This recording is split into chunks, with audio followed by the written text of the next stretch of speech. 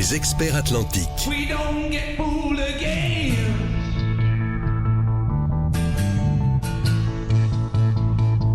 Les experts atlantiques avec Bader Saoudi. Le loyer est le nerf de la guerre du bail. Comment l'encaisser sans scier? Comment se soustraire temporairement sans froisser? Le locataire peut être sans revenu, le propriétaire sera donc sans loyer. Alors quel compromis? Quel accord? Que faire?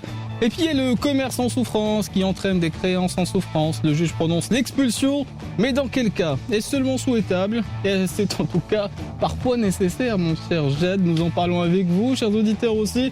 On répond à vos questions et ce dans votre émission des experts atlantiques. Nous restons joignables jusqu'à midi au 05 22 95 36 70 ou 80.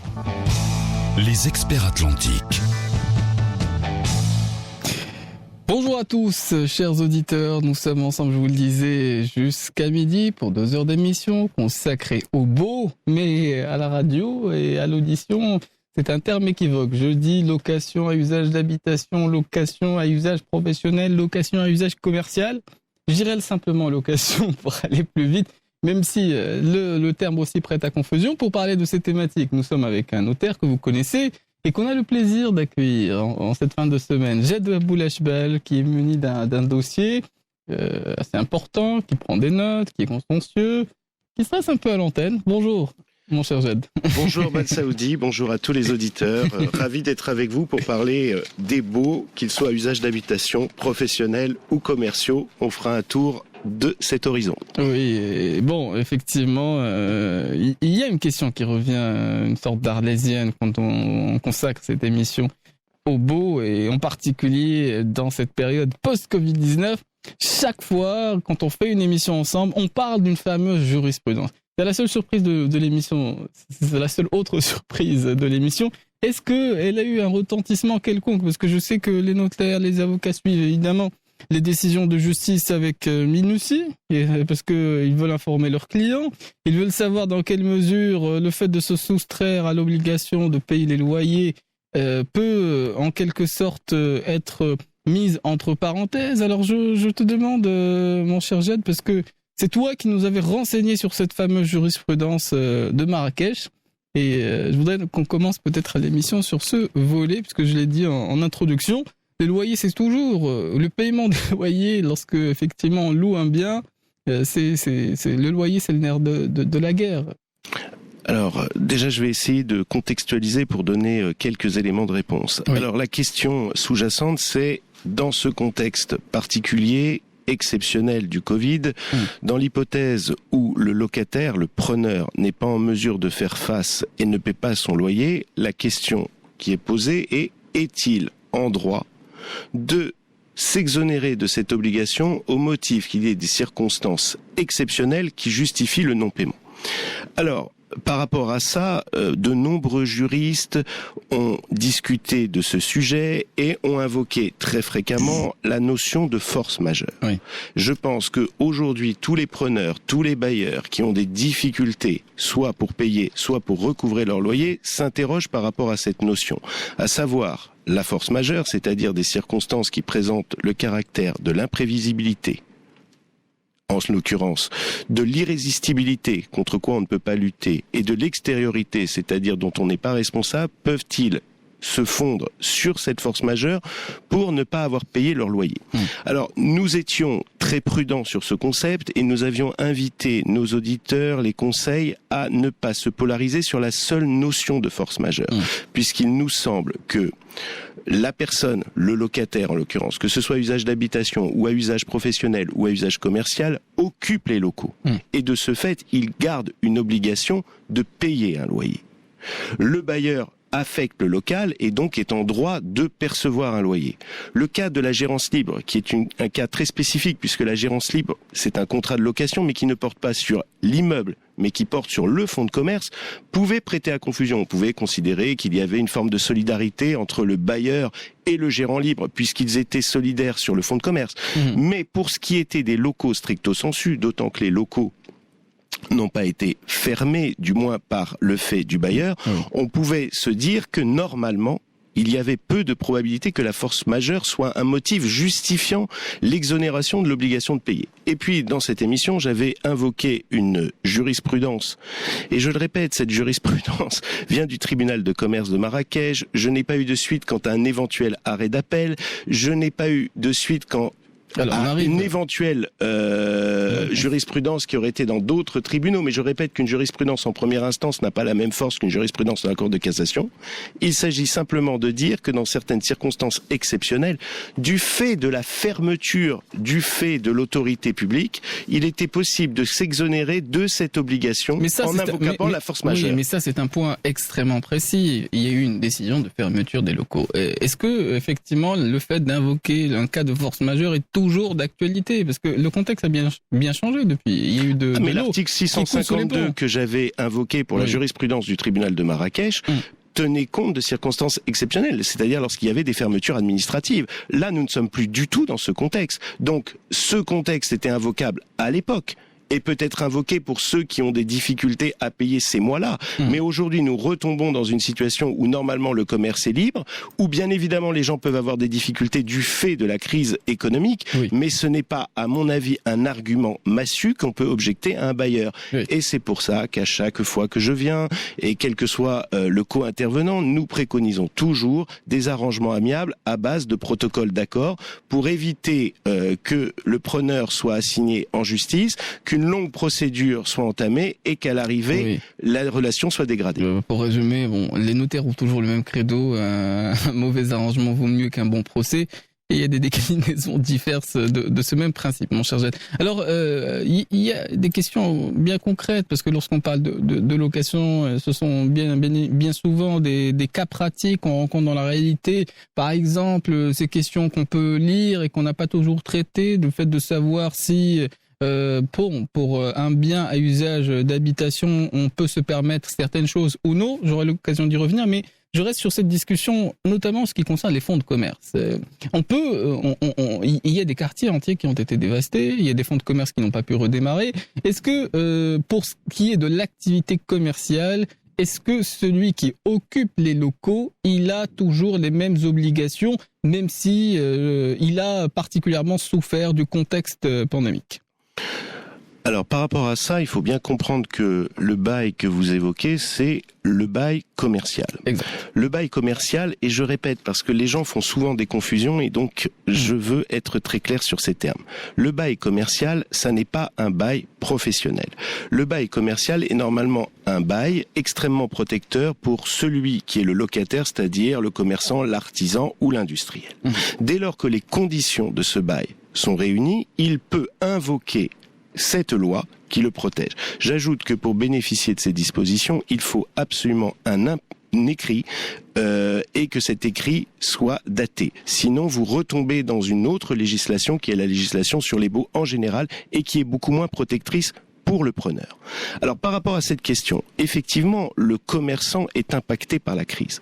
S'il loue un local, et je répète, ce sont des jurisprudences diverses et variées, il faut apprécier ça au cas par cas parce qu'une réponse trop rapide ne serait pas pertinente. Est-ce que le locataire qui ne paie pas, ne payait pas avant la crise, même si maintenant la crise a un historique? Non, on parle pas des principes. Voilà. Lorsqu'il y a une mauvaise foi avérée. Lorsqu'il y a une mauvaise foi avérée, effectivement, le preneur devra payer. Maintenant, lorsqu'il n'y a pas de mauvaise foi avérée, il semble malgré tout qu'il conserve la jouissance du local. Ça se plaide au cas par cas. Le bailleur lui a affecté un local et n'a pas récupéré le local. S'il y a eu des décisions administratives, mais c'était il y a quelques mois, on peut toujours se réfugier derrière des décisions administratives et demander pendant cette période extrêmement ponctuelle que le bail... Mais a priori, la jurisprudence n'offre pas, sur la base de la force majeure, une manière de s'exonérer. C'est pour ça que des arrangements amiables doivent être trouvés. Maintenant, là où j'ai fait une petite incidente, c'est par rapport au contrat de gérance libre, parce que beaucoup de gens font la confusion.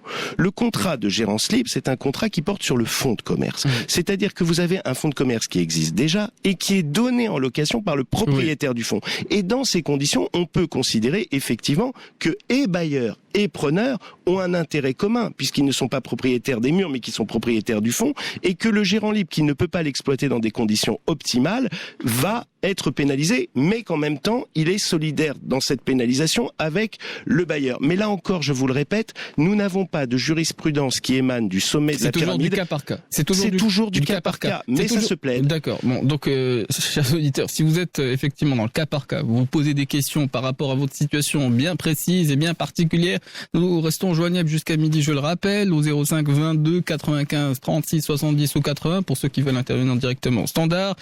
Et ceux qui veulent aussi participer différemment, ils peuvent nous écrire sur la page Facebook des Experts Atlantiques en commentaire ou en message privé. Je reprendrai vos commentaires et vos réflexions tout au long de cette émission. Alors, par rapport à ce point que nous venons d'aborder, il y a une solidarité de fait. Imaginons que le bailleur, ou plutôt celui qui occupe le local, il est propriétaire d'un fonds de commerce, il ne peut plus payer les loyers qu'il doit au propriétaire du local. Il est dans une situation de difficulté extrême.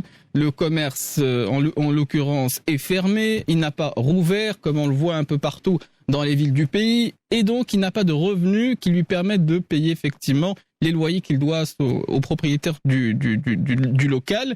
Est-ce que le propriétaire du local est en droit de... Parce qu'il y a une incidence, il y a des conséquences. Même à supposer qu'il veuille rompre le contrat qui le lie au propriétaire du local, il y a eu en quelque sorte des effets collatéraux. Parce que si l'activité ne reprend pas, il n'y a plus de clientèle, un quartier peut être sinistré, et même lorsque le propriétaire du local veut relouer son bien, s'il se sépare en quelque sorte du propriétaire, enfin du locataire actuel, et il aura les plus grandes difficultés à le faire. Est-ce qu'il y a des dommages et intérêts ou des dommages quelconques qu'on peut imputer à celui qui a loué le local?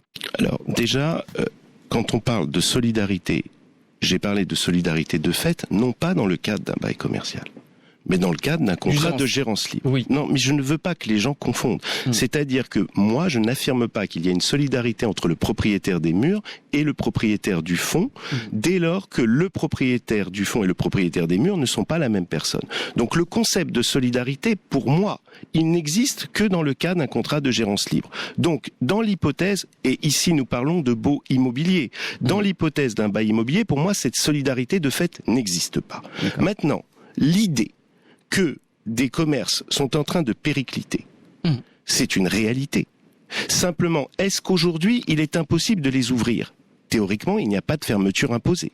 Deuxièmement, est-ce que la crise économique impacte tout le monde? Oui, c'est pour ça que je le répète. On peut toujours aller au tribunal, on peut toujours voir l'équilibre contractuel, et le propre de tout contentieux, c'est qu'il sera apprécié au cas par cas. Simplement, moi, je dis, en tant que juriste, se polariser sur la seule problématique de la force majeure est, à mon avis, une erreur. Il faut envisager tous les aspects du contrat, tous les principes généraux du droit, pour éventuellement obtenir du tribunal peut-être une forme de considération de l'effort du preneur. Maintenant, tout cela est extrêmement aléatoire, puisque, je vous le répète, nous n'avons pas une jurisprudence qui émane de la Cour de cassation. Le cas par cas est fondamental, et dans ces conditions, il faut arriver à des arrangements plutôt amiables. Maintenant, lorsque vous avez des interlocuteurs qui ne se parlent plus, un droit strict existe. Oui. À savoir, vous avez une obligation de payer, vous n'êtes pas en mesure de payer, il est normalement possible d'engager une action contre vous et de récupérer le local,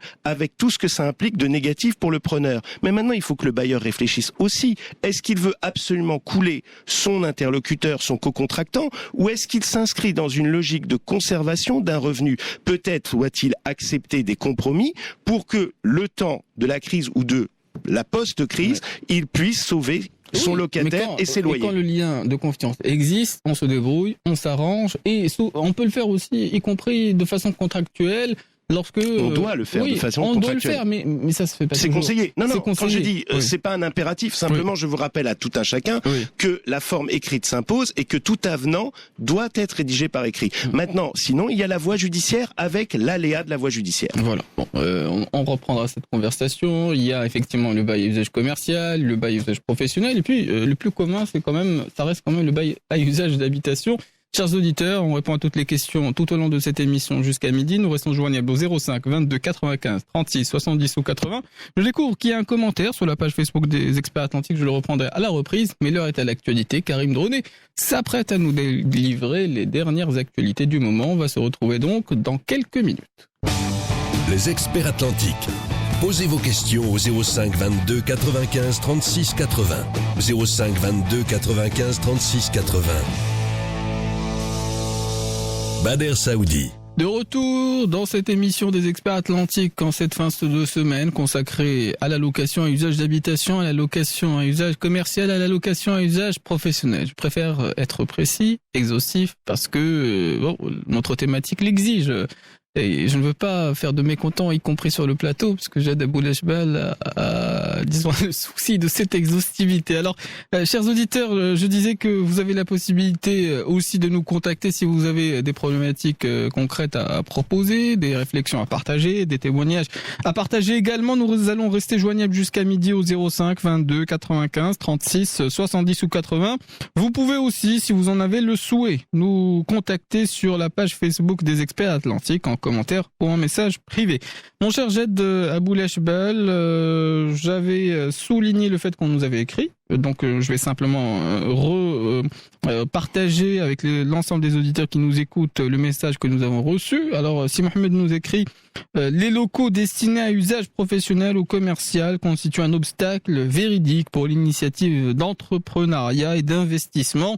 Bon, il y a des contraintes pour ce qui est du bail, notamment à usage commercial. Nous allons y revenir. Il nous dit des propriétaires qui ont peur notamment de louer leurs locaux pour des raisons ou d'autres raisons. Il y a des locaux fermés et qui ne se louent pas et qui sont là juste pour la spéculation commerciale, malheureusement. Bon, ce dernier aspect, il faut l'expliciter, mais sur l'ensemble, effectivement, il y a quand même un constat objectif. Il y a plus de contraintes lorsqu'on loue son bien à usage commercial. C'est-à-dire lorsqu'il y a une activité derrière, lorsqu'il y a des familles qui en vivent, lorsqu'il y a effectivement un fonds de commerce, parce que c'est une source de revenus. C'est quelque chose qui est pris en considération par le juge s'il a statué de ce type de cas de figure. Donc toutes ces considérations font que ce type de contrats sont un peu protégés.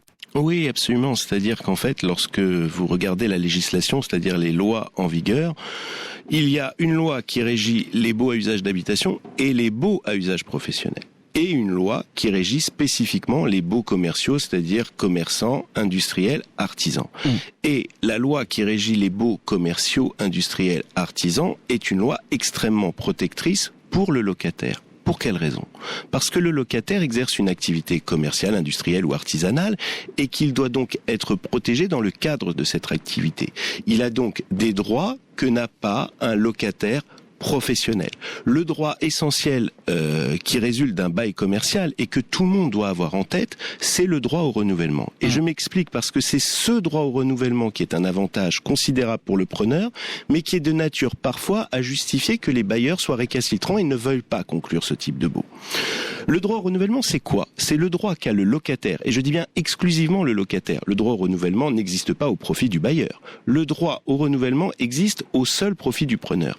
Et cela signifie qu'au terme du bail, lorsque le bail est arrivé à son terme, qu'il est achevé, le preneur a droit au renouvellement automatique. Et si le propriétaire des murs ne souhaite pas renouveler le bail dans les mêmes conditions, il a droit à une augmentation du loyer triennal de 10%, mais dans les mêmes conditions, le preneur a le droit à une indemnité. Mais il faut l'exiger, en l'occurrence, cette augmentation, parce que... Bien sûr. Si on n'exige pas, on a bien plus... évidemment. Non. Vous avez un plafonnement de l'augmentation des loyers de 10% pour les locaux à usage commercial ou les locaux professionnels et de 8% pour les locaux à usage d'habitation triennalement. C'est-à-dire que tous les 3 ans, le bailleur est en droit de faire cette demande. J'ajoute que pour les baux commerciaux, cette augmentation est plafonnée à 10% si vous ne passez pas devant le juge. C'est-à-dire que même si le preneur a accepté une augmentation supérieure, cette clause étant contraire à l'ordre public, elle ne lui est pas opposable. Donc il y a des dispositions impératives qu'il faut strictement respecter. Oui. Maintenant, ce droit... Et en l'occurrence, cette possibilité de recourir à une décision judiciaire pour dépasser ce plafond, ça existe ? Oui, mais c'est toute une procédure et il faut justifier que la valeur locative le justifie. Donc vous entrez dans une zone de turbulence qui peut impacter la relation contractuelle. Oui. Mais du point de vue strictement contractuel et du point de vue décrétal, c'est 10%. Alors, ce droit au renouvellement auquel a droit n'importe quel preneur commerçant dès lors qu'il relève de ce texte, c'est-à-dire qu'il a fait un écrit daté, signé, et j'ajoute que il est là depuis une durée de 2 ans consécutivement au minimum, ou qu'il a versé un pas de porte officiel, c'est-à-dire qu'il a versé une indemnité et qu'elle a été strictement mentionnée. Eh bien, ce droit au renouvellement fait que, au terme du bail, il peut demander le renouvellement et s'il n'est pas renouvelé, demander une substantielle indemnisation pour partir. Voilà pourquoi certains sont dissuadés de signer un bail. Effectivement, mais on fait un petit pas de côté parce que c'est quand même assez essentiel cette histoire effectivement d'augmentation potentielle des loyers et c'est une chose qui est prévue de façon réglementaire. On vient de l'évoquer. Alors, est-ce que dans le contrat on peut dépasser ce plafond, exiger que par exemple tous les 5 ans il y a une augmentation de 20% du loyer? Par exemple, j'ai pris un exemple, mais est-ce que cette possibilité existe? Est-ce qu'on peut l'acter en quelque sorte dans un contrat? Alors, je vais vous répondre de manière très claire. Et plus généralement, comme ça je réponds, mais il faut que chacun prenne bien conscience que dans un texte de loi, il y a ce que l'on appelle des dispositions impératives sur lesquelles on ne peut pas revenir. C'est-à-dire que la liberté contractuelle s'arrête où la loi impose quelque chose. Et vous avez des dispositions supplétives qu'on peut amender. En matière de baux commerciaux, il est impossible d'augmenter de 10% ou de plus de 10% tous les 3 ans. Et cela même si le preneur l'a accepté. Son acceptation ne lui est pas opposable. Il est très intéressant de le savoir. Cette rédaction de clause, s'il veut en soulever le vice, il obtiendra devant le juge le fait qu'il y a une violation de dispositions impératives de la loi. Et ça c'est vrai pour un certain nombre de dispositions qu'on peut mettre dans le contrat et qui peuvent s'avérer parfois contraires à la loi. Ça me permet effectivement de dire que en matière de baux, comme en matière de contrat, il faut toujours faire appel à un expert. Parce que l'expert, lorsqu'il introduit une clause, sait si cette clause est valide ou non. En matière de baux à usage d'habitation, je fais cette petite incidente parce que parfois les gens demandent un dépôt de garantie de plus de 2 mois. Cela n'est pas valable. C'est-à-dire que si vous demandez comme garantie plus de 2 mois de loyer et que vous êtes le bailleur, même illégal. Si le preneur l'a accepté, cette clause ne lui est pas opposable et il pourra demander une restitution. Ah oui, effectivement. Et bon, ce n'est pas la moindre des questions qu'on rencontre lorsqu'on parle de bail, effectivement, que cette histoire de caution. Je crois qu'il y a une auditrice qui est avec nous au bout du fil. On me dit Dame Jalila qui nous a appelé, je crois, de Casablanca. Alors, je vous passe la parole. Je vous dis tout d'abord bonjour à vous. Bonjour c'est Badr, bonjour à votre expert, merci de nous éclairer chaque jour un peu plus. De voir. Merci. Et c'est souvent, on ne le dit pas assez, un plaisir, oui. Merci Sidi.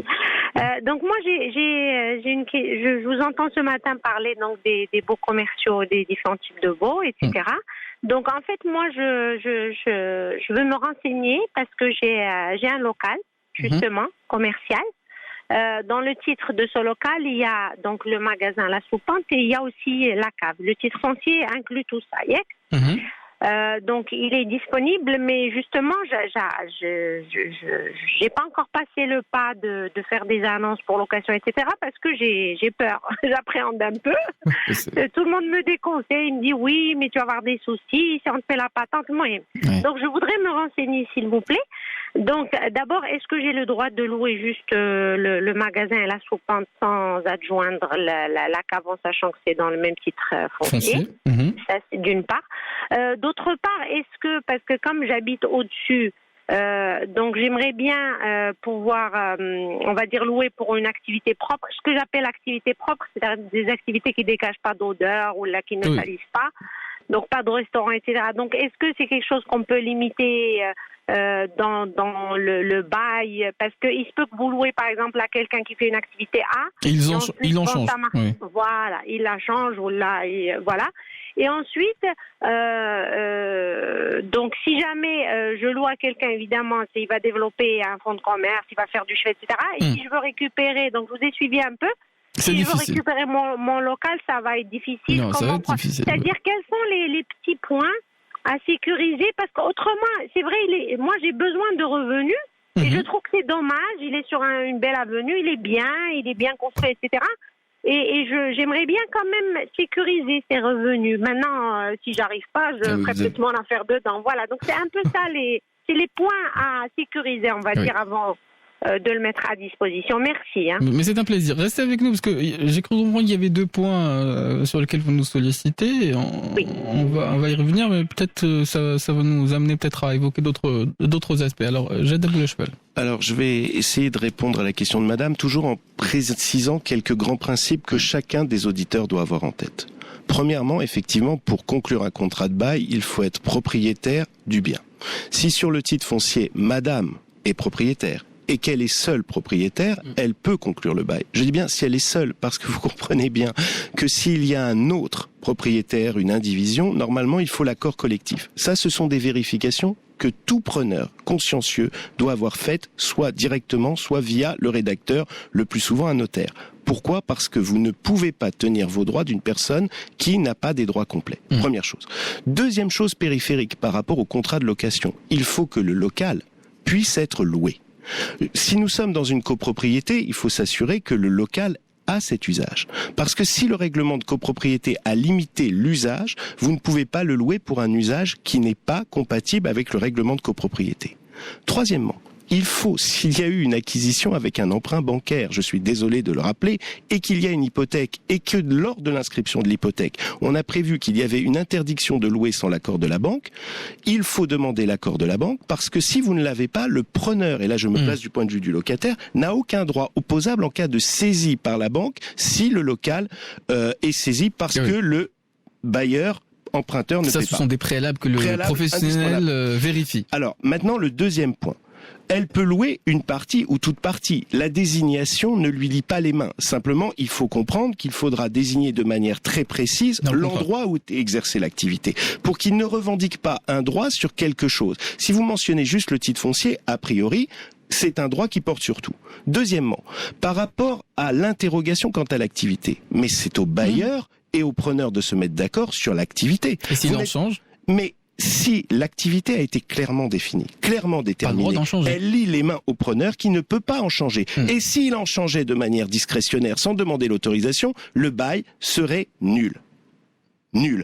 Alors, il peut très bien demander un aménagement postérieur, mais dans ces cas-là, cet aménagement postérieur nécessitera une nouvelle négociation et peut-être un surplus. J'ajoute, si je peux me permettre, et c'est tout à fait légal, mais les gens n'en ont pas vraiment conscience, devant la crainte de voir un droit au renouvellement qui leur est opposé, les bailleurs peuvent toujours demander ce qu'il est convenu d'appeler en langage courant un pas de porte, qui est une indemnité forfaitaire qu'il est tout à fait autorisé de demander, c'est-à-dire on demande une somme d'argent qui n'est pas nécessairement une avance sur loyer, mais une somme d'argent qui est une sorte de ticket d'entrée. Dès lors que cette somme d'argent est mentionnée dans le bail, le preneur sait qu'il a un droit au renouvellement, quoi qu'il arrive, même s'il n'a pas fait 2 ans d'occupation, et le bailleur a l'obligation de le déclarer. Mais dès lors qu'il est fiscalisé, ce pas de porte, ce droit n'est pas irrégulier, bien au contraire, il constitue le droit au renouvellement par excellence. Donc, si je comprends bien, on peut rassurer l'auditrice sur notamment la nature de l'activité lorsqu'on la détermine dans le contrat. Elle peut être rassurée, c'est-à-dire que le preneur ne peut pas changer d'activité du jour au lendemain. Donc, de ce point de vue, elle est ni du jour au surlendemain. Il faut qu'il demande l'autorisation. Il faut qu'il demande l'autorisation. En conséquence de quoi, si il ne demande pas cette autorisation, l'auditrice a cette possibilité de rompre effectivement le contrat qu'il a lié à cet individu et donc de récupérer son bien. Mais sinon, pour ce qui est du droit au renouvellement, si je comprends bien, et que lorsque le contrat est défini, vous me dites l'endroit est bien situé.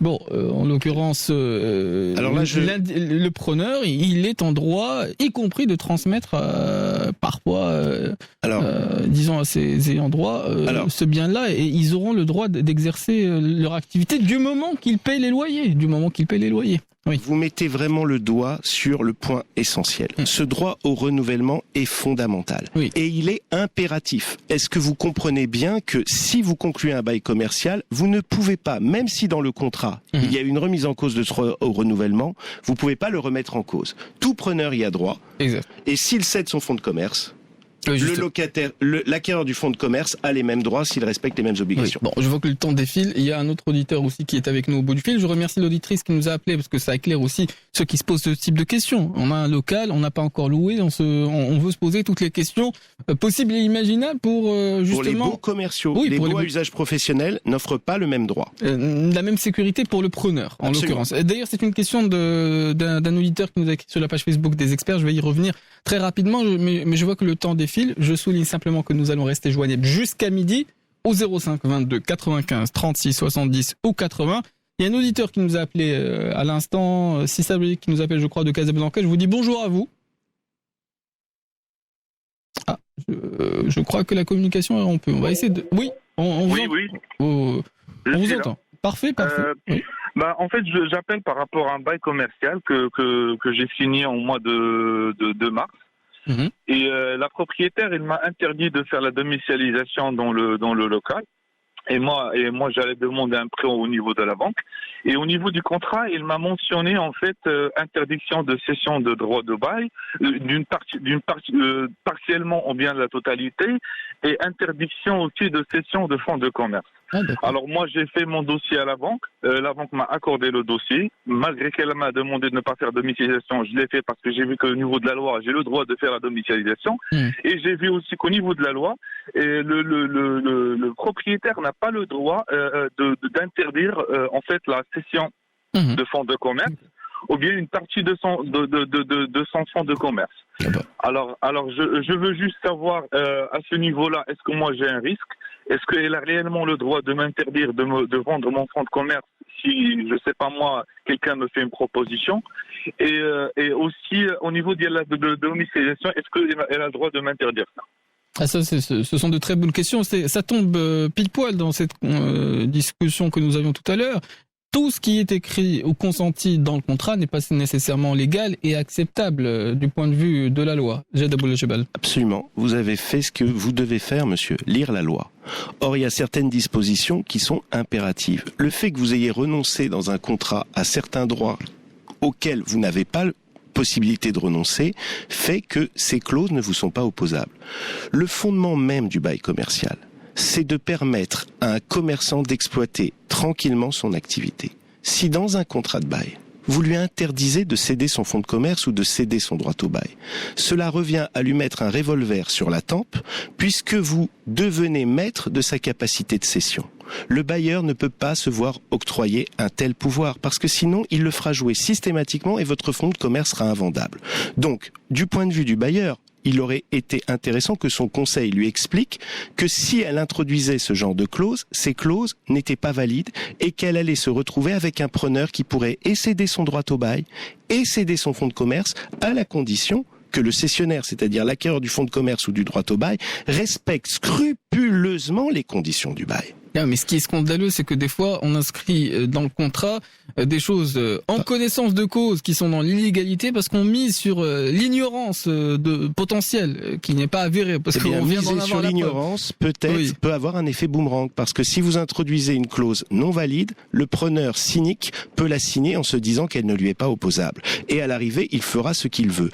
Donc j'invite fortement les parties à faire leur baux par des experts pour éviter de faire n'importe quoi. Oui, avoir recours justement à un avis extérieur d'un expert, c'est une nécessité, mais des fois, lorsqu'on sollicite, lorsqu'on est soit preneur, soit effectivement bailleur, c'est parfois pour que justement le contrat soit au maximum à d'autres avantages, ce qui n'est pas nécessairement quelque chose de judicieux, parce qu'on vient d'en avoir la preuve, parce que j'imagine mal un bailleur rédiger ce type de contrat sans l'aide de quelqu'un qui s'y connaît. Je pense que, je ne sais pas, en l'occurrence, peut-être que la personne s'est dit qu'une renonciation dans un contrat pouvait contrevenir à des dispositions impératives. Ce n'est pas le cas. Oui. Donc, la lecture du texte de loi vous dit ce qu'il est possible de faire et ce qu'il est formellement interdit de faire. D'accord. Ne faites pas ces erreurs. Oui. Donc, en l'occurrence, l'auditeur, il est tout à fait dans son droit. Est-ce qu'il peut céder aussi, est-ce qu'il peut transmettre sans nécessairement vendre son fonds de commerce? Oui, encore faut-il, si je peux me permettre, s'il n'a pas versé d'indemnité, s'il n'a pas versé de pas de porte, il faut quand même 2 ans d'occupation pour avoir un droit au renouvellement au terme. Donc il faudrait voir si le bail a une durée suffisante pour permettre un droit au renouvellement. Sinon, le bail mourra de sa belle mort. Ce qu'on vous souhaite pas, en l'occurrence, si Sabri. Bon, je ne sais pas si vous avez d'autres interrogations. Si vous en avez, signalez-le au standard. On va vous recontacter possiblement après le flash d'actualité, parce que Mourad Baba est avec nous. Il y a des horaires à respecter à la radio, chers auditeurs. L'heure est à l'actualité en langue arabe. On va se retrouver après le flash d'actualité et d'information, après la pause musicale. Nous allons rester durant cette pause joignable, vous le savez, au 05 22 95 36 70 ou 80, mais également en commentaire, en message privé sur la page Facebook des Experts Atlantiques. Les Experts Atlantiques. Posez vos questions au 05 22 95 36 80. 05 22 95 36 80.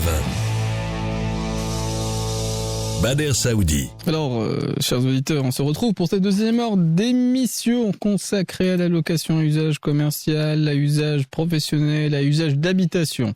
Alors, on parle de location, je le disais, de baux, de bail, peu importe, les terminologies sont nombreuses. Je sais que un certain nombre d'entre vous vont intervenir en fin d'émission, comme toujours. Il se trouve que c'est la dernière émission de la semaine. Alors, j'en profite pour vous rappeler que nous restons joignables jusqu'à midi et que vaut mieux tôt que tard, en général. Alors, c'est au 05 22 95 36 70 ou 80. L'on répond à toutes les questions avec notre invité, qui est notaire, maître Jed Aboulchebel, qui nous fait le plaisir de nous accompagner ce matin. Alors, si Sabri, je crois que vous êtes toujours avec nous. Je ne sais pas si vous aviez d'autres précisions à rajouter par rapport au point que vous avez soulevé en deuxième partie d'émission. Fausse alerte du côté de la régie. Alors, en tout cas, si vous avez d'autres aspects ou d'autres questions à partager avec nous, nous allons rester joignables, je le disais, au 05 22 95 36 70 ou 80. Aussi sur la page Facebook des Experts Atlantiques, je me dois de le rappeler, en commentaire ou en message privé. Justement, je vais reprendre un des commentaires auxquels nous avons, je crois, répondu, à tout le moins partiellement dans cette émission. Mais bon, on peut toujours reprendre les explications par rapport aux aspects que nous soulevons tout au long de notre émission. C'est Mohamed qui nous écrit. Les deux sont de ce prénom-là. Alors, il nous dit « Bonjour les experts, ma question d'apparence anodine concerne la différence entre un bail commercial et un bail professionnel. Je sais, Jade, que... Je vous ai interrompu sur ce point-là. Un bail commercial et un bail professionnel, si le contrat de bail est similaire au contrat de location. Merci pour la mise au point. Oui, alors en fait, la distinction concerne l'activité exercée dans les murs. Certaines activités sont civiles. Je vous donne l'exemple d'un notaire ou d'un avocat. Et comme l'activité notariale ou l'activité d'avocat est civile, il ne peut pas conclure un bail commercial au titre de son activité. C'est donc un bail professionnel. En revanche, certaines activités justifient un bail commercial ou industriel ou artisanal. Donc, en fait, ce qui va déterminer le type de bail, ce n'est pas la volonté stricte des parties, c'est l'usage et l'affectation du local. Est-ce que c'est une activité civile professionnelle ? Ou est-ce que c'est une activité commerciale, industrielle ou artisanale ? Mais dès lors que c'est une activité commerciale, industrielle ou artisanale, cela relève de la loi sur les baux commerciaux. Et dès lors qu'il y a un écrit, tout l'arsenal de cette loi se met en place. Oui, et cette loi, en l'occurrence, en ce qui concerne le bail commercial, est plus protectrice. Cette loi, en tout cas pour le preneur, celui qui va louer. Bien évidemment. Enfin, qui a occupé parce qu'on ne veut pas les lieux, oui. Que le bailleur puisse à tout moment faire cesser une activité. Oui. Parfait. Bon, on me signale à la régie que si ça plaît, peut-être avait-il d'autres points à partager avec nous. Alors, je vous repasse la parole. Je vous redis bonjour, cher auditeur. Oui, rebonjour. Alors, je sais que vous n'aviez pas eu l'occasion peut-être de réagir par rapport à ce que nous disions. Je ne sais pas si vous vouliez soulever d'autres points. Non, en fait, moi, je savais que j'étais dans mon droit. J'avais juste besoin d'une confirmation d'un spécialiste. Oui. Et si ça vous dérange pas, moi, j'ai une proposition à vous faire. Parce que je trouve que c'est vraiment très malheureux au niveau de Casablanca qu'on trouve beaucoup de magasins fermés. Et que les propriétaires refusent de louer, premièrement parce que déjà ils sont pas dans le besoin de cet argent-là. Et moi, en tant que jeune et en tant que je peux parler au niveau de mon entourage, beaucoup de jeunes que je connais qui veulent faire de leur business, qui veulent louer, qui veulent faire beaucoup de projets, mais qui trouvent que les loyers sont exorbitants. Pourquoi ? Parce que ça revient au même point que le propriétaire n'est pas dans le besoin de cet argent-là, donc il impose un prix, il n'y a pas de négociation, il n'y a rien.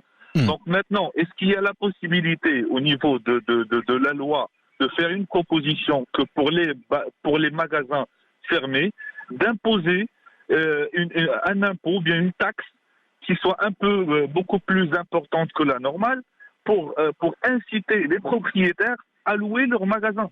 Oui. Je crois que les terrains sur lesquels les terrains non bâtis, les terrains non bâtis sont taxés. Alors la question que pose notre auditeur n'est pas une question stricto sensu à laquelle je peux répondre. Moi, je ne suis pas candidat à une quelconque fonction parlementaire ou communale, mais effectivement, le point qu'il soulève est un point qui relève soit du pouvoir réglementaire, soit du pouvoir législatif, mais ça revient à l'idée qu'il confère le pouvoir à l'État, soit de réquisitionner, soit de taxer, parce qu'il considérerait, je parle l'État, qu'il faut imposer aux propriétaires une plus grande fluidité en matière de location. Ça, c'est un autre problème dans lequel je n'interviens pas, mais je confirme qu'il y a une taxe sur les terrains non bâtis pour inciter les gens à bâtir. Ça existe pour les terrains non bâtis. La proposition, si je puis dire, de l'auditeur consiste peut-être à procéder un peu de la même façon en ce qui concerne les magasins fermés pour inciter pour qu'il y ait plus de dynamisme ou de fluidité. Peut-être que les parlementaires, s'il y en a qui nous écoutent en l'occurrence, peuvent s'en inspirer, je ne sais pas. Je ne sais pas dans quelle mesure c'est peut-être une bonne idée, mais ce sont des choses qui... N'oubliez pas que la propriété privée, c'est quand même quelque chose d'important et qu'une personne a normalement le droit de faire ce qu'elle veut de son bien. Oui. À partir de là, la fiscalité peut l'inciter à faire autre chose. Oui. Mais c'est aussi une prise de risque que de louer, puisque lorsque votre locataire ne paie pas, vous savez les problèmes que vous avez pour recouvrer vos locaux. Oui, et en parlant de propriété privée, on a parlé hier des limites de la propriété privée, puisque l'émission d'hier était consacrée à l'expropriation. Donc, c'est dire. Alors, cher auditeur, je vous remercie pour l'éclairage et même, disons, les questions que vous nous avez posées, parce que ça permet aussi de mettre un peu la lumière sur le fait que le contrat, en l'occurrence, n'est pas parole d'évangile ou parole coranique. Et le contrat auquel souscrivent les deux parties, le bailleur et le preneur, si effectivement ils sont en contradiction avec la loi, et parfois ils le sont et donc oui, je vous confirme, si certaines clauses sont en contradiction avec la loi, elles n'ont aucune validité juridique, donc ne les comparez en aucun cas à des textes religieux, et ils n'ont pas de problème ici. Non mais bon, lorsque les notaires s'essaient au trait d'humour, c'est merveilleux. Donc c'est ça le charme de cette émission, mon cher Jed Aboulejpal. Nous allons rester joignables jusqu'à midi au 05. Si en plus on s'adonne à l'autosatisfaction, c'est formidable. Bon, en tout cas, chers auditeurs, je voulais vous signifier que vous avez la possibilité de nous contacter jusqu'à midi au 05 22 95 36 70 ou 80, mais aussi sur la page Facebook des Experts Atlantiques en commentaire ou en message privé. Alors, cette question d'un auditeur, si Youssef qui nous écrit, est-ce qu'on peut mettre dans le contrat l'interdiction, une clause d'interdiction d'avoir des animaux chez soi pour le preneur, pour celui qui va louer un bien? En l'occurrence, on parle cette fois-ci de la location à usage d'habitation. Alors, par rapport à la location à usage d'habitation, donc là, elle relève d'un texte particulier, elle est moins protectrice que les baux à usage commerciaux. Maintenant, il faut toujours savoir que on est tenu par ce que l'on met dans le contrat. Maintenant, il y a certaines dispositions qui peuvent être contraires à l'ordre public. Interdire un animal... Quel animal? Parce que si c'est un animal de compagnie, on peut se demander si ça n'a pas un caractère abusif. L'idée, c'est de protéger le local et éventuellement de protéger les parties communes de l'immeuble si nous sommes dans une copropriété. Là encore, si vous le mettez dans le contrat, je ne vous garantis pas que en cas de procédure judiciaire, la clause soit considérée comme abusive. Oui. Donc je pense que s'il y a des dégâts ou des dommages, faut comprendre une chose, c'est que vous avez des impératifs en tant que preneur. Et que la moindre dégradation causée vous engage. Donc de ce fait, vous êtes tenu de rendre des comptes indépendamment de ceux qui sont dans le local. Et de ce fait, la loi protège normalement suffisamment le bailleur contre les éventuelles dépenses qu'il devrait fonder.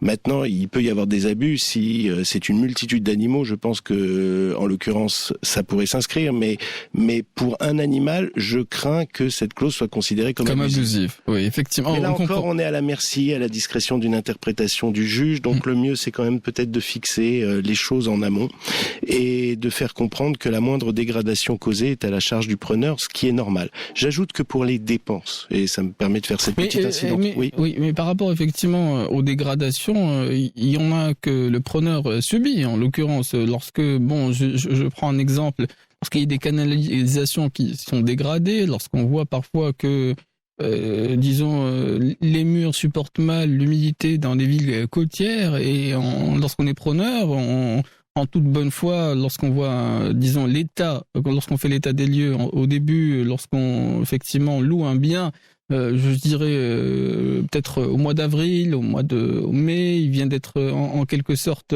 remis en l'état quelques semaines ou quelques mois avant justement la mise sur le marché de ce bien locatif. Et quelques mois plus tard, on se retrouve avec, un bien qui n'a rien à voir avec ce qu'on a vu une première fois. Et donc, à ce moment-là, est-ce que le preneur est obligé d'assumer, lui, la responsabilité de ce type de dégradation ou de coûts même qui tiennent plutôt à des, de fait de structure parfois? Alors, vous posez 3 petits sous-problèmes dans votre question, j'essaie d'y répondre. Alors, premièrement, vous avez fait référence à un état des lieux et vous avez tout à fait raison. Oui. Parce que la loi le suggère fortement, il faut faire un état des lieux au moment où on prend possession des lieux. Et il faut faire un état des lieux au moment où le bail cesse. Pourquoi ? Pour avoir des instruments objectifs de comparaison. Et pour savoir s'il y a une dégradation ou pas. À partir du moment où un état des lieux est fait, et on peut même le faire constater par un huissier, on peut même prendre des photos, on fait un écrit, on est très précis, on a des éléments objectifs qui nous permettent de dire qu'il y a eu dégradation ou non. Deuxième point, la dégradation qui est liée à l'usure du temps n'est à la charge de personne. Elle est normale. En revanche, lorsque la dégradation est le fait d'un comportement fautif du preneur, le bailleur est en droit de réclamer effectivement une compensation. Maintenant, lorsque vous affectez un local, vous êtes normalement dans l'obligation en tant que bailleur de fournir un local qui est conforme à l'usage envisagé. Si, entre ce que vous avez conclu comme contrat et les dégradations ou les phénomènes externes qui ne viennent pas du fait du preneur, le preneur n'est pas en mesure de l'habiter comme il aurait dû l'habiter, ça peut être un motif de résiliation du bail. J'ajoute que les dépenses d'importance sont normalement à la charge du bailleur et les dépenses d'entretien à la charge du preneur, sous réserve de ce qu'il y a dans le contrat de bail. Parce que là, ce ne sont pas des dispositions impératives, ce sont des dispositions supplétives. Et la loi offre une grande faculté aux parties de convenir dans le contrat de bail de ce qui relève de la charge du preneur et de la charge du bailleur. Alors, je dis juste une chose. Les gens ont souvent des problèmes. Beaucoup de ces problèmes auraient pu être envisagés en amont et être évaluer rationnellement si on avait eu recours à un expert et que le contrat avait été bien rédigé. Je vous assure que ce n'est pas du luxe que de mettre sur le papier tous les éléments. Et si vous voyez qu'il y a des tensions, ces tensions, il vaut mieux qu'elles interviennent avant qu'après. Parce que le texte de loi, il pose des principes, mais le contrat peut l'amender dans la limite de ce qui est tolérable. Oui, mais effectivement, dans la pratique, le rapport de force entre celui qui cherche un logement et celui qui le met à disposition n'est pas toujours en faveur de celui qui le cherche, parce que celui qui loue un bien, il peut décider, faire le tri, faire le choix entre guillemets entre différentes propositions, surtout si le bien est bien situé. Et donc celui qui va se montrer un peu exigeant au départ, tout simplement, il n'aura pas tout simplement la possibilité de jouir du local qui a potentiellement séduit justement l'éventuel ou le potentiel preneur. Le propre de toute négociation contractuelle, quoi qu'on en dise, c'est qu'il y a une logique de rapport de force. Oui. C'est la vie. À partir de là, la rationalisation du rapport de force, c'est de négocier un contrat. Maintenant, si le contrat a été rédigé de manière minimaliste, on en revient au texte de loi. Et dans ces cas-là, le texte de loi, il est très clair. Les dépenses d'entretien courantes sont à la charge du preneur. Les dépenses lourdes sont à la charge du bailleur. Et si effectivement les dépenses ne sont pas justifiées par le comportement fautif du preneur et qu'elles dégradent le lieu, il y a un manquement de l'obligation du bailleur qui doit normalement offrir à son preneur un local conforme à l'usage qui est déterminé dans le contrat. Encore au moins, faut-il que vous ayez fait un contrat écrit. Je rappelle que s'il n'y a même même pas de contrat écrit. Ça ne signifie pas que le contrat n'est pas valable, mais vous relevez de dispositions d'ailleurs des obligations et des contrats qui sont beaucoup moins précises et beaucoup moins rassurantes pour les parties. D'accord. Et pour ce qui concerne peut-être un dernier point, chargé d'Aboulachbel, les augmentations triennales, si j'ai bien entendu, du loyer pour celui effectivement qui loue, qui est locataire plutôt d'un bien qui est preneur. Est-ce que cela se passe de façon un peu similaire à ce qu'on a évoqué tout à l'heure en ce qui concerne le bail à usage commercial? Oui, en ce sens que la loi pose le principe que l'augmentation est plafonnée à 8% tous les 3 ans, alors que c'est 10% pour les baux à usage professionnel et baux commerciaux. Oui, et pour que l'augmentation soit légale, il faut la notifier par écrit, faire un écrit, adresser un écrit. Tous les 3 ans. Oui. Tous les 3 ans et pas avant. Et bien évidemment, toute clause qui prévoit une augmentation supérieure est contraire à cette disposition d'ordre public. D'accord. Bon, on a partagé les explications sur ce point. Je crois qu'il y a d'autres questions qu'on va reprendre après le flash d'actualité. Je lis quelques-unes sur la page Facebook des Experts Atlantiques. Nous allons rester aussi joignables. Si vous souhaitez intervenir en direct, nous restons, joignables au 05 22 95 36 70 ou 80. Mais cette troisième partie vient de s'achever. Karim Dronet est installé avec nous sur le plateau d'Atlantique. On va se retrouver donc dans quelques minutes. Il y a une pause d'actualité, une pause musicale. Nous restons joignables au 05 22 95 36 70 ou 80. Les Experts Atlantiques. Posez vos questions au 05 22 95 36 80. 05 22 95 36 80. Bader Saoudi. C'est la dernière partie des Experts Atlantiques pour la dernière émission de la semaine. Celle-ci est consacrée au bail à usage commercial, à usage d'habitation, à usage professionnel. Si vous avez des questions, chers auditeurs, vous pouvez nous les poser sur la page Facebook des Experts Atlantiques, mais aussi en direct si vous en avez le souhait. Nous restons joignables jusqu'à midi au 05 22 95 36 70 ou 80. Nous parlions, mon cher Jad Aboulachbel, parce que c'est vous qui répondez aux questions qui sont posées. Vous êtes notaire à Casablanca, vous délivrez le savoir et la connaissance. Nous parlions de cette profession bien chaleureuse et qui fait montre parfois de bons sentiments. L'esprit de la confraternité. Exactement. Donc, Jad Aboulachbel, on parle effectivement du contrat, de la nécessité de spécifier un maximum de choses. Il y a des choses parfois qui sont ubuesques dans les contrats en faveur du preneur ou du bailleur, le plus souvent du bailleur, il faut bien le dire. Il y a des choses ubuesques. Est-ce que dans la pratique, vous en avez rencontré quelques exemples qui vous ont particulièrement interpellé? Non, mais vous avez évoqué les problèmes classiques, c'est-à-dire que lorsque souvent le caution, réparation, clairement. C'est-à-dire que les parties n'ont pas nécessairement conscience que dans le socle qui s'impose à eux, il y a des règles auxquelles ils ne peuvent pas déroger. Et que toute clause, ce n'est pas parce qu'elle a été acceptée par les deux parties, toute clause n'est pas nécessairement valide. C'est pour cela que lorsque vous rédigez un contrat de bail, il est nécessaire de vous assurer qu'il est conforme au droit.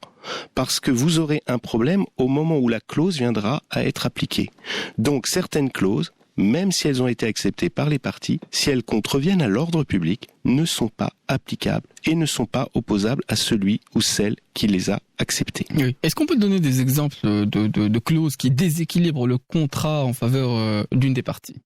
Alors, par exemple, nous avons évoqué le fameux droit au renouvellement pour un preneur commerçant.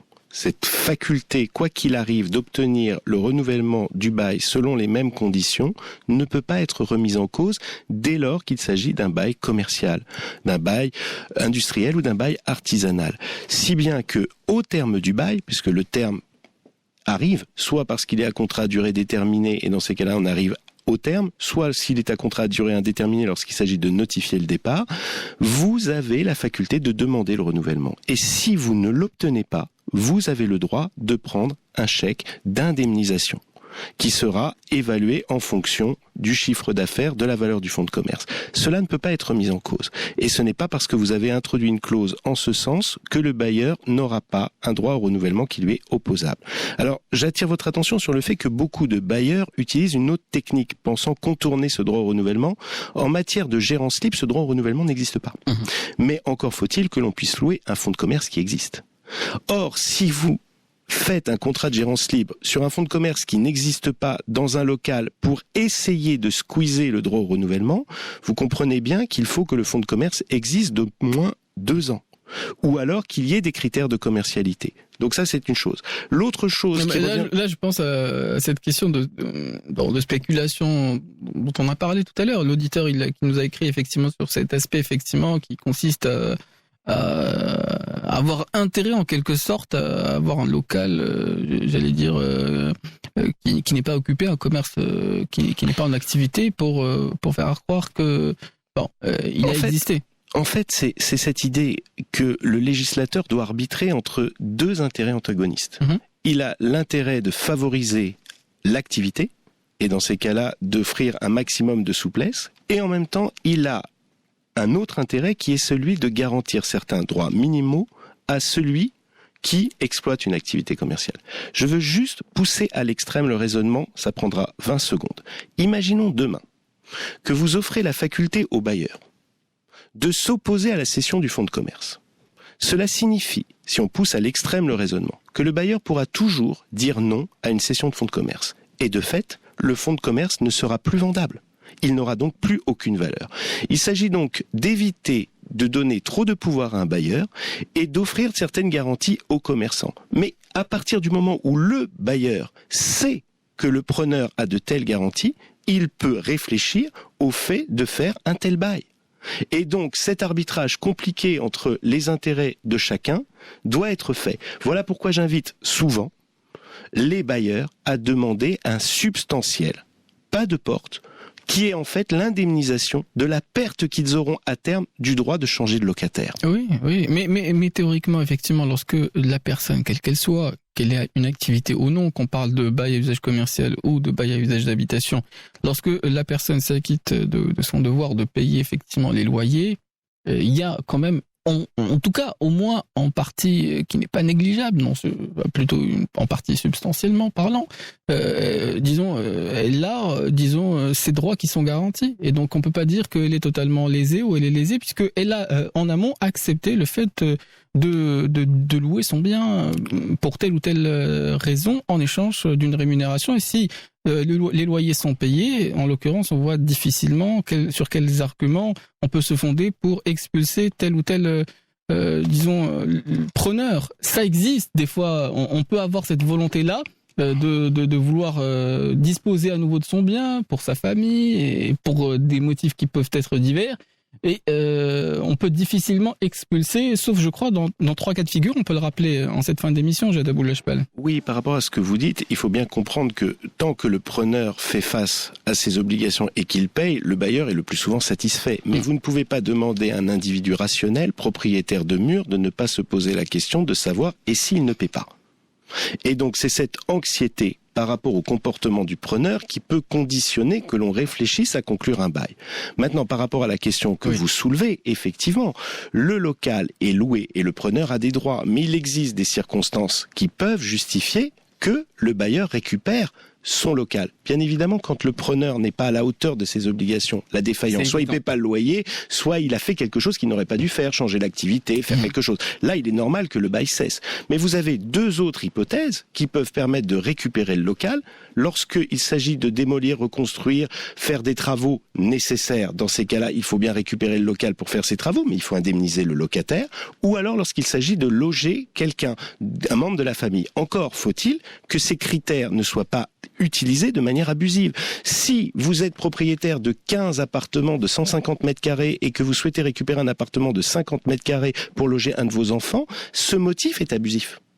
Vous comprenez ? Il est considéré comme tel par le juge s'il a statué de Bien sûr, parce que ce n'est pas un droit si vous n'avez pas la faculté de le reloger ailleurs. Donc il faut bien comprendre que le preneur a des droits, mais lorsque la personne, le bailleur, n'a qu'un logement et qu'il a besoin de se loger en urgence, qu'il n'a pas d'argent, il peut le faire jouer ça. Mais il y a des mécanismes qui doivent justifier un congé régulier. Donc on ne veut pas déséquilibrer le rapport. Oui, c'est le souci du législateur. Et il y a toujours la difficulté de pencher d'un côté au détriment de l'autre. Et c'est cela la grande difficulté de et la vie économique est parfois aussi le paramétrage. Si vous avez une crise énorme et que vous ne pouvez pas louer vos locaux, vous serez peut-être plus laxiste avec quelqu'un qui viendra exercer une activité chez vous. À l'opposé, si l'expansion est telle, vous réfléchirez et vous choisirez de manière plus sélective. Mais là, ce sont des paramètres extérieurs externe que tout le monde doit prendre en considération. Oui, en effet. Bon, il y a une question, mon cher Jedabou Lejbel, qui nous est posée sur la page Facebook des experts.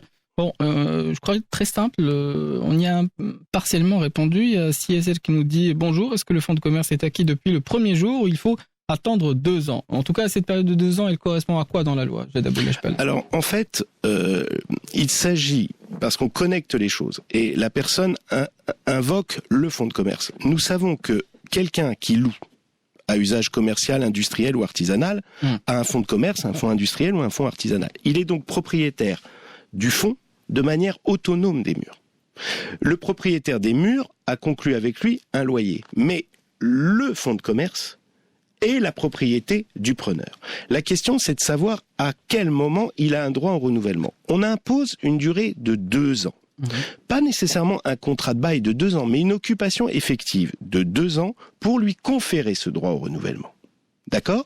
Simplement, si vous avez fait un bail d'1 an, vous êtes à la merci du bailleur en tant que preneur, parce qu'il n'est pas obligé de renouveler comme si c'était un bail commercial classique. En revanche, si vous avez fait ça dans les délais, vous avez garanti vos droits. Maintenant, si vous êtes occupant depuis plus de 2 ans sur la base d'un bail commercial, votre droit au renouvellement est acquis. 3e point, si vous avez versé au moment de l'établissement du bail un pas de porte, vous n'avez plus la nécessité de justifier de ces 2 ans. C'est ça l'avantage, le grand avantage. Mais c'est un avantage bien coûteux. Oui. Et je répète, cette pas de porte doit être déclarée. Parce que si vous ne l'avez pas mentionné dans le contrat, si vous l'avez versé d'une autre manière pour frauder le fisc, non seulement vous êtes un fraudeur au niveau de l'administration fiscale, mais en plus de ça, vous pouvez même pas vous prévaloir de votre droit au renouvellement. Oui, vous ne pouvez pas bénéficier en quelque sorte, de vous affranchir de cette durée de 2 ans qui est nécessaire. Absolument. En l'occurrence. De 2 ans d'occupation. Pour avoir le renouvellement automatique au droit de bail. Si c'est ça. C'est ça. À partir du moment où vous êtes dans les clous, votre droit au renouvellement est inscrit. Ok. On a parlé de cession, effectivement, en ce qui concerne les fonds de commerce. Est-ce que on a la possibilité de louer son fonds de commerce ? Oui. Alors en fait, il faut bien que les gens comprennent la différence. Le fonds de commerce, c'est un meuble qui appartient au commerçant, à l'industriel ou à l'artisan. Et j'ajoute que dans le fonds de commerce, il y a le bail. Il y a le droit au bail. C'est-à-dire que lorsque vous cédez le fonds de commerce, vous cédez le droit au bail qui va avec. C'est-à-dire qu'au moment de la cession du fonds de commerce, le bailleur n'est pas en droit d'exiger du nouveau commerçant un nouveau pas de porte ou de renégocier le contrat. Dès lors que votre contrat est régulier, l'acquéreur commerçant bénéficie du bail dans les mêmes conditions, avec les mêmes droits, mais aussi avec les mêmes obligations. Maintenant, vous pouvez effectivement louer votre fonds de commerce. Et ça s'appelle la gérance libre. C'est-à-dire que ce n'est plus le propriétaire des murs qui loue un local, mais c'est le commerçant qui loue un fonds de commerce à un autre commerçant qui assume les responsabilités de la gestion du commerce. Simplement, c'est à risque.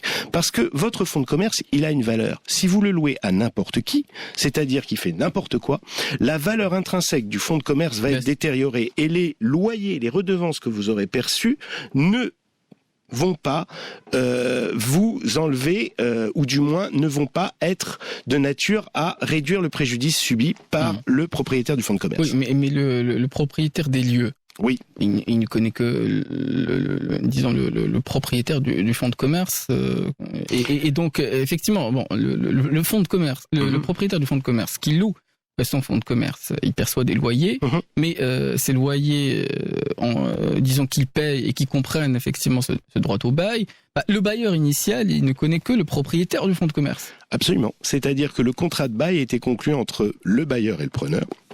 Le preneur reste tenu de s'acquitter du loyer correspondant au local.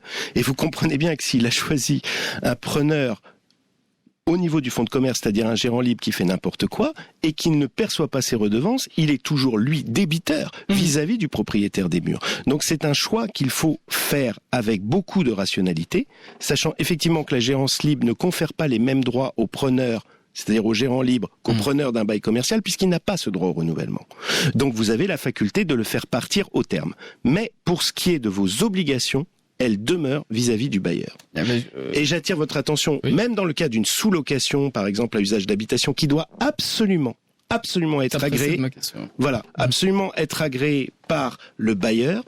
Vous êtes tenu vis-à-vis du bailleur en tant que preneur si votre sous-locataire ne vous paie pas. D'accord. Donc c'est une prise de jeu. Effectivement, mais dans le cas de la location à usage d'habitation, il faut avoir l'accord du propriétaire pour envisager la possibilité d'une sous-location. Est-ce que c'est également le cas lorsqu'il s'agit, disons, d'une location à usage commercial ou en l'occurrence d'un fonds de commerce? Alors, déjà, je précise tout. La sous-location en matière de baux à usage d'habitation doit être autorisée expressément par le bailleur. Si vous ne le faites pas, vous comprenez bien que vous êtes fautif et que le bailleur pourra prendre prétexte de cette sous-location pour vous mettre dehors. Si c'est un bail à usage professionnel, là, en l'occurrence, vous pouvez sous-louer. Encore faudrait-il voir comment vous sous-louez. Lorsqu'il s'agit d'un bail commercial, dès lors que le gérant libre respecte scrupuleusement les règles du bail qu'avait donné le bailleur au preneur, il est toujours opposable au bailleur. Le bailleur a beaucoup moins de facultés de s'opposer à ces changements de personnes du moment qu'on ne remet pas en cause l'activité et le loyer. Vous comprenez bien. Mais le preneur, c'est-à-dire le locataire qui aura donné en gérance libre un fonds de commerce qui sera exploité n'importe comment et qui violera les règles du bail initial, pourra tout simplement voir son bail annulé. Donc c'est une lourde responsabilité que de désigner un gérant libre qui pourrait faire n'importe quoi. Oui, bon, de semaine en semaine, on peut pas en faire l'impasse. Il y a toujours une question sur la copropriété, mon cher Jed Aboulachbal. Amir nous écrit en message privé ce commentaire. Qui doit assumer les charges de copropriété? Légalement parlant, est-ce le locataire ou bien le propriétaire?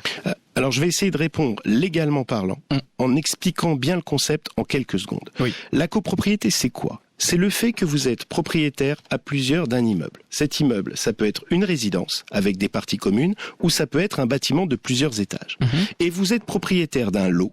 Vous n'êtes pas en indivision. L'indivision, c'est quand tout le monde est propriétaire collectivement, mais qu'il n'y a aucune partie privative. Vous êtes propriétaire d'un lot où il y a des parties privées qui n'appartiennent qu'à vous et des parties communes qui appartiennent à tous. À partir de là, vous vous soumettez à la collectivité sur certaines règles. Le règlement de copropriété. Ce règlement de copropriété, il faut être très clair. Il vous est imposé lorsqu'il est rédigé, au moment où vous signez le contrat d'acquisition, ou au moment où l'Assemblée générale le vote. Mais vous êtes soumis à un règlement de copropriété qu'il vaut mieux connaître. Si rien n'a été établi, vous avez un règlement de copropriété type établi par voie de règlement qui s'impose à vous. Le principe législatif et le principe réglementaire, il est le suivant. Les charges de la copropriété sont dues par le copropriétaire.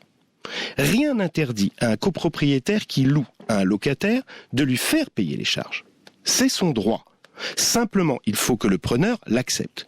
Mais si le preneur ne paie pas les charges de copropriété, le copropriétaire est obligé de les payer à la copropriété. Après, il peut se retourner en justice contre ce locataire en disant qu'il lui doit. Mais la copropriété, en tant que personne morale, ne peut pas se voir opposer en cas de non-paiement, la défaillance d'un locataire. Parce que la personne redevable vis-à-vis de la copropriété, c'est le copropriétaire. Mais dans le rapport entre copropriétaire, bailleur et preneur, il y a aussi la faculté, par voie contractuelle, de prévoir qu'il paiera les charges. Oui, mais on a bien compris, disons, les subtilités de ce cas de figure, mais la question que je me pose, c'est pourquoi est-ce qu'on n'inclut pas tout simplement, ce qui se fait d'ailleurs le plus souvent, les charges dans le loyer, comme ça on est plus tranquille en l'occurrence. Là, en l'occurrence, il y a un principe simple. Oui. Qui doit les charges? Celui qui a un droit de propriété. Oui. Or, vis-à-vis de la copropriété, le copropriétaire, il est aisément identifiable. Le locataire, il peut tourner. Donc, il y a toujours la faculté de se retourner contre le propriétaire. J'ajoute même de prendre une hypothèque sur son bien en cas de défaillance quant à ses obligations. Et ça, c'est cette possibilité, il faut le dire, n'est pas assez exploité. Or, parce que c'est l'arme atomique. Oui. Mais effectivement. Il faut expliquer précisément de quoi il s'agit, parce que c'est vrai. Il est vrai que cette possibilité, dans la pratique, existe dans très peu de cas de figure. Elle existe dans certains immeubles. Bon, je ne vais pas citer ici, mais c'est extrêmement peu répandu. Parce qu'en fait, il y a des données juridiques et il y a des données sociologiques. Un syndic, il est désigné par qui? Il est désigné par les copropriétaires. Donc, il essaie de se maintenir, d'avoir des relations saines. Le syndicat des copropriétaires, qui est différent du syndic, c'est la personne morale. La personne morale est tout à fait en droit d'actionner en justice, en tant que créancier qui a une créance contre un copropriétaire qui ne paie pas ses charges. Je rappelle que quelqu'un qui ne paie pas ses charges, il pénalise toute la copropriété. Mais de là à prendre une hypothèque, c'est-à-dire inscrire une hypothèque pour éventuellement contraindre la personne à vous payer, c'est un argument qu'ils peuvent invoquer, mais qu'ils ont des scrupules à invoquer. Et j'ajoute que lorsque vous prenez une inscription hypothécaire, il faut après, lorsque les charges sont payées, récupérer et donc donner main levée de l'hypothèque. Il faut expliquer la conséquence. La conséquence d'une hypothèque, c'est une sûreté prise par un créancier et en cas de défaut de paiement, il y a la possibilité de saisir le bien, de le faire vendre et de se faire payer quant à sa créance. Donc vous comprenez bien que les conséquences sont radicales, c'est-à-dire que la personne qui ne paie pas ses charges, elle va pas se froisser avec bien évidemment les parce voisins. Que moi vous savez là je suis sur un dossier où ce sont des accrochez-vous des hypothèques prises par le syndicat en francs. Ah oui. C'était avant l'indépendance. Oui. Et il s'agit de donner main levée maintenant pour vendre les lots. Donc vous comprenez bien que en plus ça reste bloqué. Mais ça reste bloqué, mais nous allons provoquer une assemblée générale pour justement autoriser à sortir les hypothèques en donnant main levée contre une somme séquestrée parce qu'en plus on ne sait même pas à quoi ça correspond, c'est en défunts francs du temps de l'occupation française. Donc vous comprenez bien que sur les titres fonciers, ils ne savaient même pas d'où ça venait. Oui. Voilà, et c'est en lisant le règlement de copropriété qu'on avait vu que ces inscriptions hypothécaires avaient été prises. Mais il y a un déséquilibre radical parce qu'ils ne peuvent pas vendre le local. Donc, toutes ces problématiques, elles sont lourdes. Conclusion, il faut faire très attention aux subtilités juridiques et en l'occurrence à là où on met les pieds. Et bon, en l'occurrence, les notaires, les avocats, ils doivent être et on peut les consulter lorsqu'il s'agit d'éclaircir tel ou tel point. Il le faut lorsque il s'agit de biens immobiliers. On le conseille vivement dans cette émission des experts atlantiques. Cette émission fut dense, chers auditeurs. Vous pouvez d'ailleurs la réécouter si vous en avez le souhait, parce que on a partagé un maximum d'informations par rapport à notre thématique du jour, les baux. Quel que soit leur usage. Mon cher Jad Abou-El-Chabab, peut-être un mot de la fin pour terminer cette semaine avec nous. Ce que je dis à chaque fois, lorsque vous concluez un bail pour éviter les problèmes à venir, faites-le faire par un expert. Voilà, bon, ce sera un mot de la fin. Je le répète, mais je suis peu écouté. Oui. C'est pas à défaut d'avoir essayé de marteler aussi dans cette émission, effectivement, les conseils qu'on essaie de partager avec les auditeurs. Donc, c'est la fin de semaine. Voilà. Merci d'avoir été avec nous et d'avoir éclairci ceux qui nous ont contactés par rapport aux questions qu'ils se posaient. L'heure est à l'actualité, vous le savez, pour un journal d'information en langue arabe. On va se retrouver donc lundi prochain pour une autre semaine des experts atlantiques. Les lundis, on parle en général effectivement du droit du travail. Il y a une semaine un peu particulière avec des jours de congé, des jours fériés. Mais on va essayer de maintenir la programmation. Donc, excellente suite des programmes sur nos ondes sur Atlantique Radio. L'heure est à l'actualité avec Zineb Juti.